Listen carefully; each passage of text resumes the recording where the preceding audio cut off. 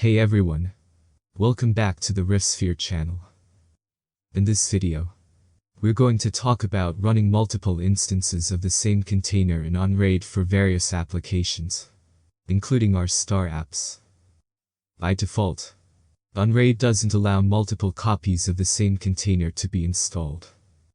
However, there are a couple of workarounds to achieve this. One option is to use containers from different release groups.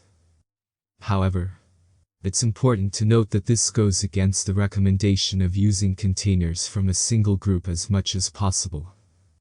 To enable multiple copies of the same container, we can make use of a feature in Unraid. Go to the Apps tab and select Settings. Look for the option called Allow Install of a second instance and set it to Yes.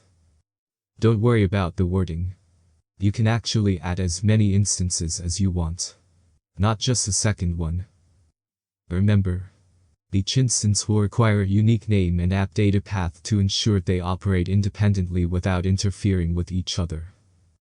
Thanks for watching, and don't forget to like and subscribe for more content.